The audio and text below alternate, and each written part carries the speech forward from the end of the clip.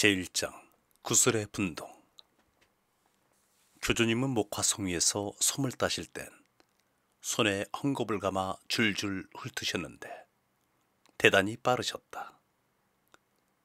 또 그 솜에서 실을 뽑아 배를 짜는 솜씨가 아주 능숙하셨다. 실을 다발로 묶어 염색집에 가져가서 염색을 한 후 배를 짜면 무늬가 나오는데, 그 중에서도 가장 뛰어나게 잘하신 것은 구슬의 분동, 고양이의 금화 등으로 잔 손질이 많이 가는 정교한 무늬였다고 한다. 주 구슬의 분동, 고양이의 금화는 배 바닥에 짜놓는 무늬의 이름을 말한다. 제2장 말씀 계실 때마다. 1838년 10월 입교 당시, 그때 나이 14세와 8세였던 오마사 오킴이, 훗날 오하루 두 사람은 뒷날 그때의 일에 대해 우리들은 말씀이 계실 때마다 너무나 무서워서 머리까지 이불을 뒤집어 쓴 채 서로 부둥켜 안고 떨고 있었습니다라고 수레하였다. 제3장 곡간. 교주님은 1838년 10월 26일 월일의 현신으로 정해진 이래 어버이 신님의 의사에 따라 곡간에 들어가 계시는 날이 많았는데, 이해 휴지의 발이 또다시 몹시 아파서 들것에 실려 움직일 정도였다. 그때 교주님은 몸소 그 발에 숨을 불어넣고 종이를 붙여주셨는데 열흘쯤 지나 회복되었다. 곡간에 들어가 계신 것은 그 후에도 늘 계속되어 무릇 3년 동안에 걸쳤다고 한다. 제4장 일립 만배로 돌려준다. 가난에 빠져라. 가난에 빠지지 않으면 어려운 사람의 사정을 모른다. 물이 떨어지면 튀어 오르는 것과 같은 것이다. 일립만배로 돌려준다. 제5장 흐르는 물과도 같이. 교주님은 우메타니 시로베에게 다음과 같이 말씀을 들려주셨다 한다. 내가 무심코 있노라니 신님은 흐르는 물과도 같이 낮은 데로 떨어져라. 떨어져라. 의리의리하게 대문을 만드는 따위로서는 남을 돕지 못한다. 가난하라. 가난하라라고 말씀하셨다고. 제6장 마음을 보고. 1852년 도요다 마을에 사는 스지 주사쿠의 누님 오코요가 집터에 다니면서 교주님께 바느질을 배울 무렵의 일이었다.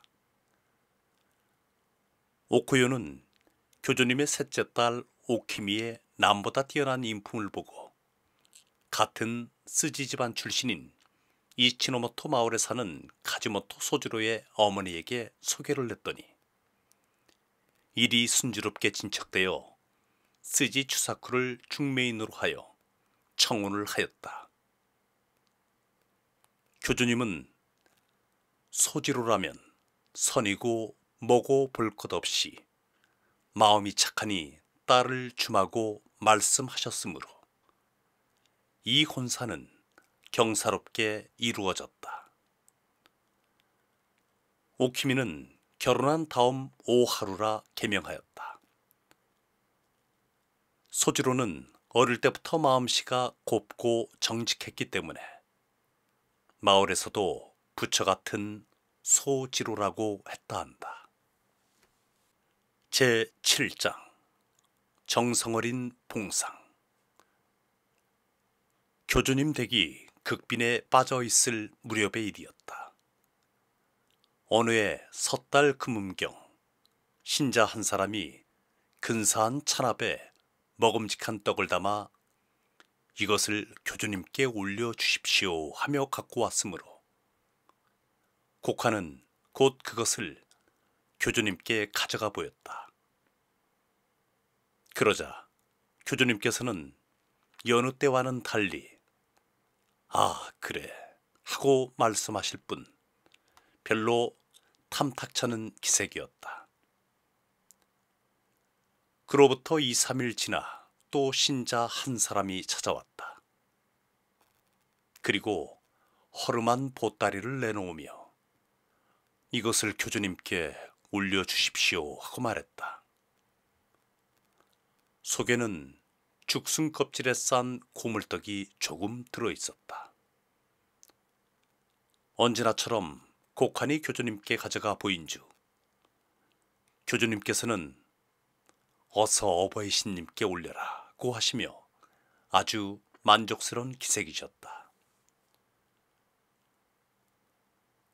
이것은 뒤에 한 일이지만 앞에 사람은 상당한 집안으로서 설 떡을 빚고 남았으므로 이를 교주님 댁에 드리고자 하여 갖고 온 것이었다.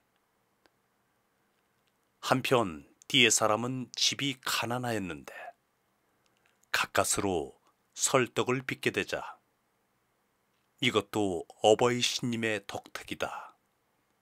이 떡을 먼저 어버이 신님께 하며 그 값 빚은 떡을 갖고 온 것이었다. 교주님께서는 그 두 사람의 마음을 모두 환히 알고 계셨던 것이다.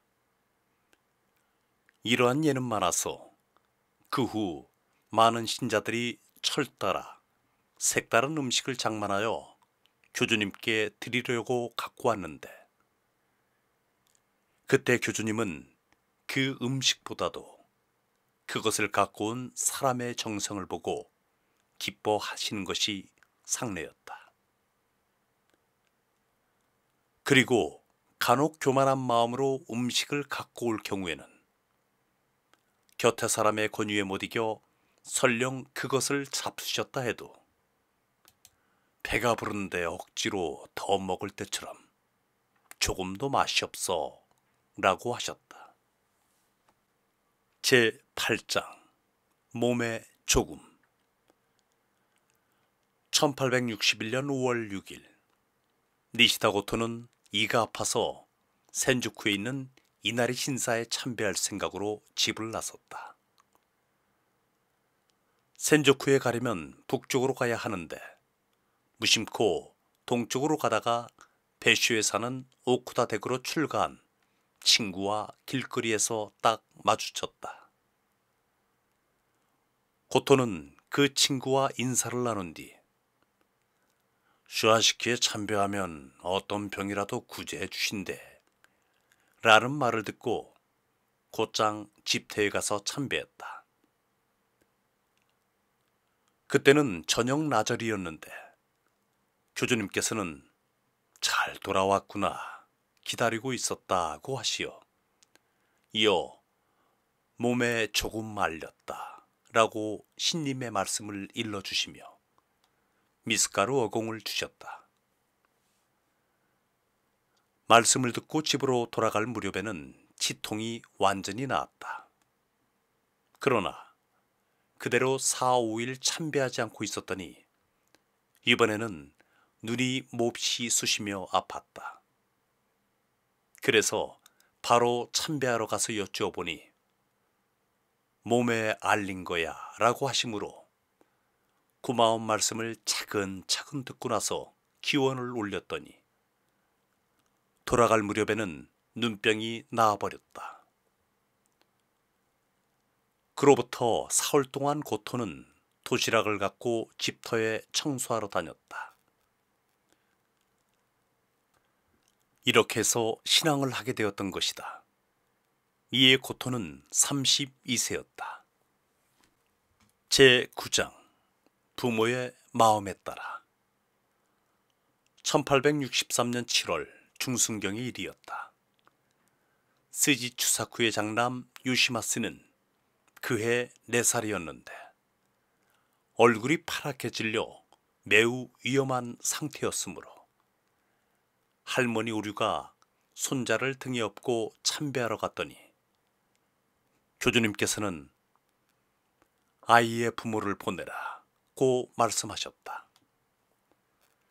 그래서 어머니 마스가 아들을 업고 참배하러 가자 부모의 마음에 따라 구제해 주마라고 깨우쳐 주셨다. 그 후 4, 5일쯤 지나자 요시마스의 병은 말끔히 나았다. 제10장 너무 멀리 둘러서 1863년 마세이 기쿠가 39세 때의 일이었다. 남편 이사부로가 대수롭지 않은 감기에 걸려 그것이 천식이 되더니 좀처럼 낫지를 않았다. 기쿠는 평소부터 신심이 두터웠기 때문에 가까운 데는 물론 20리, 30리나 되는 먼 곳도 마다하지 않고 영험이 있는 곳이면 거의 어디나 다 찾아다녔다. 그러나 아무래도 낫질 않았다. 그때 이웃집 야오이 센스케가 기쿠씨, 당신 여기저기 다니며 빌 것이 아니라 슈야시키의 신님께 한번 가보는 것이 어때요? 하고 권유를 했다. 눈에 보이지 않는 어떤 힘이라도 끌려가는 듯한 기분으로 성걸음의 터전으로 달려갔다. 시순이 와 있었던 것이다. 기쿠가 교주님을 뵙자 교주님께서는 기다리고 있었다 라며 귀여운 자식이 먼 곳에서 돌아왔을 때처럼 정답고 따뜻한 말씀으로 맞아주셨다. 그래서 기쿠는 지금까지 여기저기 방황하며 신앙을 하고 있었습니다 라고 여쭙자 교주님께서는 당신 여기저기 너무 멀리 둘러서 왔구만. 가엾기도 해라. 여기에 오면 모두 다 계시는데 라고 상냥하게 웃으셨다. 그 말씀을 듣고 기쿠는 과연 그렇구나. 이분이야말로 진짜 어버이시구나 라는 느낌과 함께 뭐라 말할 수 없는 그리움이 가슴속까지 스며들어 벅찬 감격에 쌓였다고 한다.